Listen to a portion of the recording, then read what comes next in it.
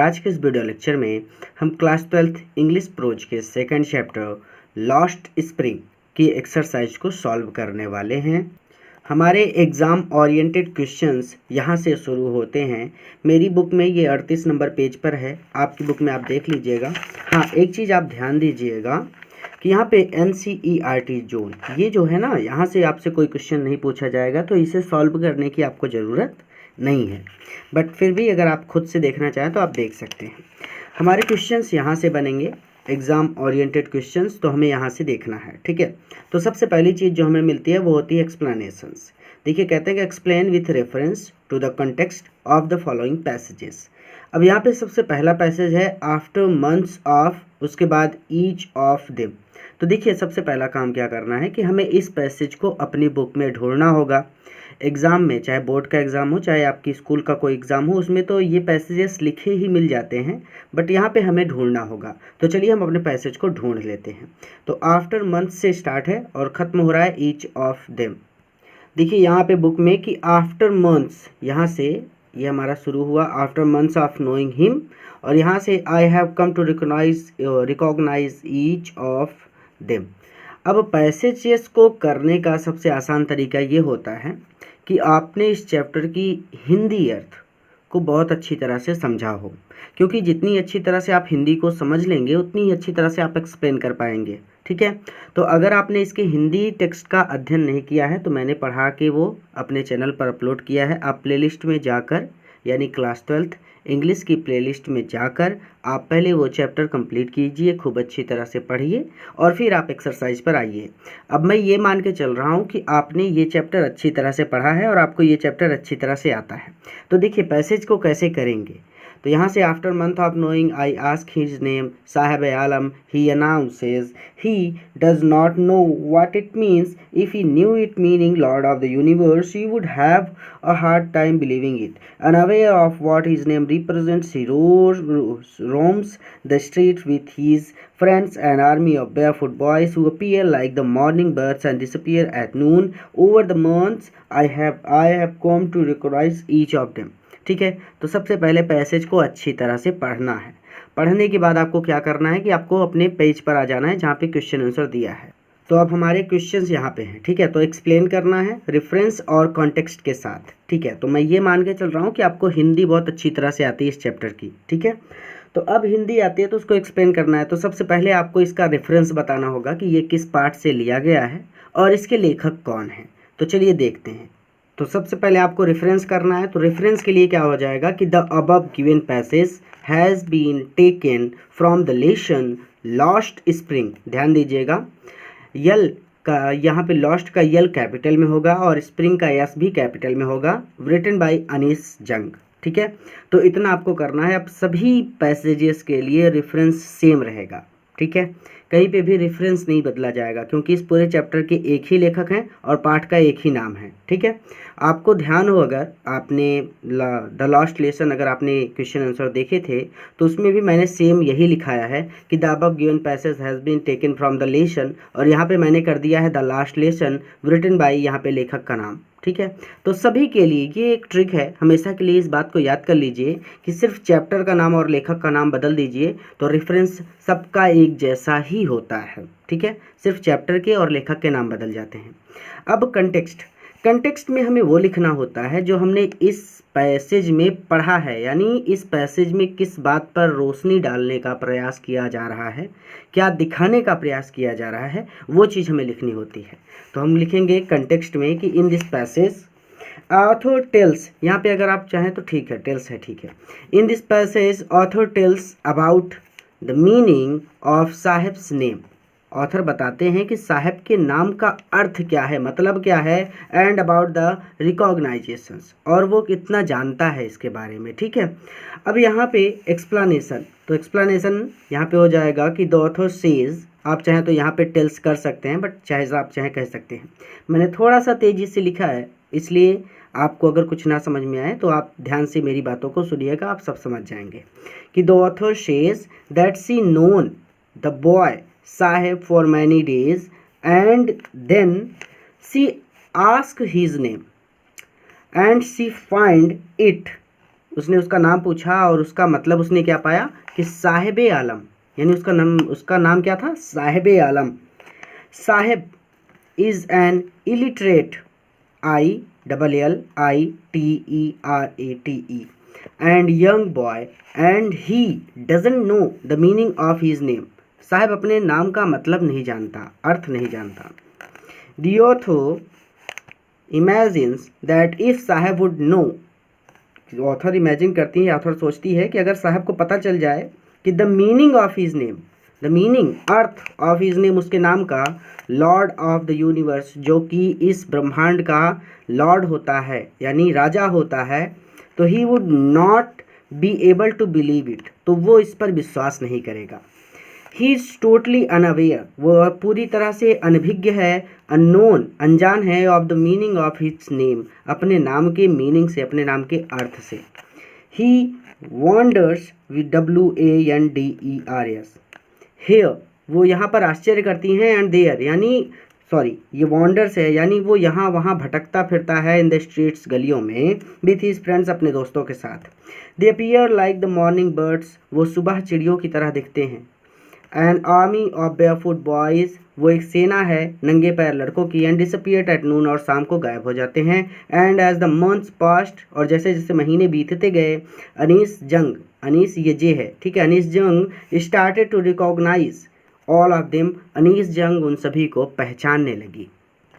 तो इसी तरह से आपको बाकी के सभी पैसेजेस भी करने हैं। तो चलिए दूसरा पैसेज देख लेते हैं कि माई एक्विटेंस नो लॉन्गर इम्पटी। तो अब सबसे पहला काम आपका होगा कि आप इस पैसेज को अपनी बुक में ढूंढें और उसे एक बार अच्छी तरह से पढ़ें। वीडियो को पॉज कर दीजिए, पैसेज को अच्छी तरह से पढ़ लीजिए और फिर मैं सॉल्व कराने चल रहा हूँ, ठीक है। अब यहाँ पे क्या क्या करना है, सबसे पहले रेफरेंस, फिर कंटेक्स्ट, फिर एक्सप्लेनेशन, ठीक है। तो चलिए, अब चूंकि मैं ये मान रहा हूँ कि आपने इस चैप्टर को अच्छी तरह से पढ़ा है और आपने अभी जो पैसेज हमें सॉल्व करना है उसको भी अच्छी तरह से पढ़ लिया है, तो मैं एक एक वर्ड की हिंदी मीनिंग नहीं बताऊंगा, ठीक है, क्योंकि आप क्लास 12th में हैं, तो आप इतने समझदार हैं कि आप जो मैं बोल रहा हूँ वो समझ सकें। अगर आपको कोई दिक्कत होती है तो आप किसी भी डिक्शनरी का यूज कर सकते हैं, किसी भी वर्ड की अगर आपको मीनिंग नहीं आती तो, ठीक है। अब देखिए, सबसे पहले रेफरेंस, तो मैंने कहा ना कि रेफरेंस सबके लिए सेम रहेगा, लेकिन फिर से मैंने एक बार आपके लिए इसे लिख दिया है कि the above given passage has been taken from the lesson last spring written by Anees Jung. अब मैं किसी का भी रेफरेंस नहीं कराऊंगा, आपकी जिम्मेदारी है कि आप खुद उसे सॉल्व करें, क्योंकि सबके लिए रेफरेंस सेम ही रहेगा, क्योंकि एक ही चैप्टर है और एक चैप्टर के एक ही लेखक हैं, ठीक है। अब कंटेक्स्ट, तो बात आती है कंटेक्स्ट की। तो देखिए, मैंने कहा कि कंटेक्स्ट में वही बातें बताई जाती हैं या फिर वही बातें लिखी जाती हैं जो उस पैसेज में दिखाने का प्रयास किया जा रहा हो या फिर जिस बात पर प्रकाश डालने की कोशिश की जा रही हो। यानी जब आप उस पैसेज को पढ़ते हैं तो उसमें किस बात पर ज़्यादा जोर दिया जा रहा है या किस बारे में ज़्यादा बताया जा रहा है या किस चीज़ पर प्रकाश डालने की कोशिश की जा रही है, उसे लिखना होता है, ठीक है। तो इसमें हो जाएगा कि इन दिस पैसेज अनीस जंग, आप चाहें तो ऑथर भी लिख सकते हैं, मैंने दूसरी तरह से थोड़ा सा बदल दिया, ठीक है। तो इन दिस पैसेज ऑथर या फिर अनीस जंग tells about the geographical establishment of the rag pickers. तो कूड़ा बीनने वालों के जियोग्राफिकल स्टेबलिशमेंट, मतलब जियोग्राफिकल मतलब होता है भौगोलिक, स्टेबलाइजमेंट मतलब होता है स्थान या फिर आप परिवार भी कह सकते हैं, ठीक है। तो इसमें यही चीज़ दिखाने की कोशिश की जा रही थी, तो हमने इसको लिख दिया। अब एक्सप्लेनेशन है, तो एक्सप्लेनेशन में हो जाएगा कि the author tells that she has been watching those barefoot rag pickers since last many days and then she reaches to Simapuri, which is placed on the periphery यानी रेडियस यानी सीमा के अंतर्गत of Delhi, not so close, CLOSE, थोड़ा सा मैं तेज लिखता हूँ इसलिए मेरी हैंड राइटिंग अच्छी नहीं बैठती, ठीक है। तो so close to it, full stop, it is a distant place from Delhi, she finds the sahib's family also work as rag pickers, full stop. Shimapuri was not developed and presently also remain in the same condition, but it is found crowded as thousands of squatters SQUATTERS started TED है, ठीक है, तो STARTED to reside RESIDE there, ठीक है। तो अब इसमें जो भी ना समझ में आए आप उसे ट्रांसलेट कर सकते हैं किसी डिक्शनरी की मदद से, क्योंकि अगर आपने अच्छी तरह से इसे पढ़ा है तो आप अच्छी तरह से इसको एक्सप्लेन कर लेंगे, कोई दिक्कत नहीं होगी। अब तीसरा पैसेज कहता है कि I sometimes find means of survival. अब देखिए, सबसे पहला काम आपको ये पैसेज अपनी बुक में ढूंढना है। देखिए, जब मैं एक्सप्लेन करता हूँ तो एक ही वजह है जिसकी वजह से आप इसको नहीं समझ पाएंगे। अगर आपने इसको हिंदी में अच्छी तरह से नहीं पढ़ा तो आप इसको सही तरह से नहीं समझ पाएंगे, ठीक है। तो हिंदी को एक बार अच्छी तरह से पढ़िए, वीडियो को पॉज कीजिए, पैसेज को ढूंढिए और हिंदी अच्छी तरह से पढ़िए, फिर उसको अच्छी तरह से समझिए, मनन कीजिए। आपके पास अभी बहुत टाइम है, बोर्ड एग्जाम होने में अभी सालों का टाइम है आपके पास, ठीक है। तो मनन कीजिए और फिर इसको सॉल्व कीजिए, ठीक है। तो अब सबसे पहले रेफरेंस यानी चैप्टर और लेखक का नाम, फिर कॉन्टेक्स्ट, फिर एक्सप्लेनेशन। यानी अब इसमें देखेंगे कि I sometimes find means of survival, यानी इसमें अब क्या बता रही हैं, क्या दिखाने की कोशिश कर रही हैं, वो चीज़ हमारा कंटेक्स्ट है। रेफरेंस तो सबके लिए सेम रहेगा तो मैं रेफरेंस नहीं बताऊंगा। कंटेक्स्ट देखिए, तो रेफरेंस सेम रहेगा बट कंटेक्स्ट कहते हैं कि in this exact EXTRACT comma the author explains about the importance of scrounging in ragpicker's life. As for elders it is livelihood and for children it is something wondrous, ठीक है। wondrous मतलब आश्चर्य में, ठीक है। और यहाँ पे कहते हैं कि बूढ़ों के लिए ये लिवलीहुड यानी जिंदा रहने का साधन है, जबकि बच्चों के लिए ये आश्चर्य में लिपटी हुई कोई चीज़ है। यही चीज़ तो उन्होंने कही थी, तो वही चीज़ हमने यहाँ पे लिख दी। अब आगे एक्सप्लेनेशन, इसमें कुछ भी नहीं बताना मुझे, आपकी जिम्मेदारी है कि आपको जो मीनिंग ना आए आप उसे सर्च करें। फ़ायदा ये होगा कि जो मीनिंग आप सर्च करेंगे वो आपको हमेशा के लिए याद हो जाएगी। The author notifies the words Saheb as he scrouges SCROUNGES because he finds money in the garbage and sometimes a 10 rupee note.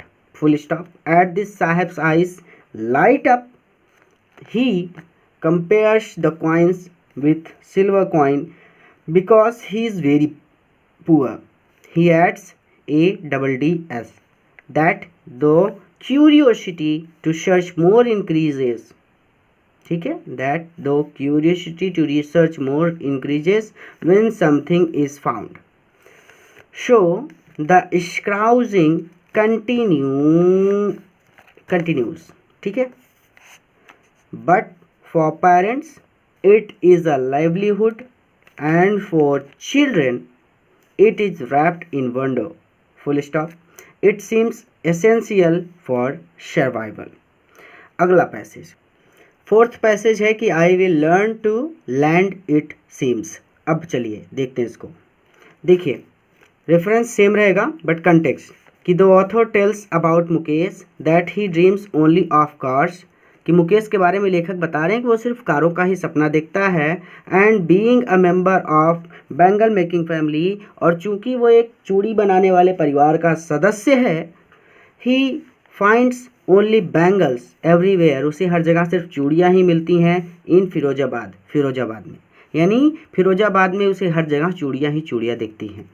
Explanation में मैं हिंदी इसलिए नहीं बताता क्योंकि आपकी थोड़ी सी क्यूरियोसिटी बनी रहे और आप हिंदी वर्ड्स भी ढूंढने की कोशिश करें, यानी ऐसी मीनिंग्स जिनकी हिंदी नहीं आती आप उन्हें ढूंढने की कोशिश करें।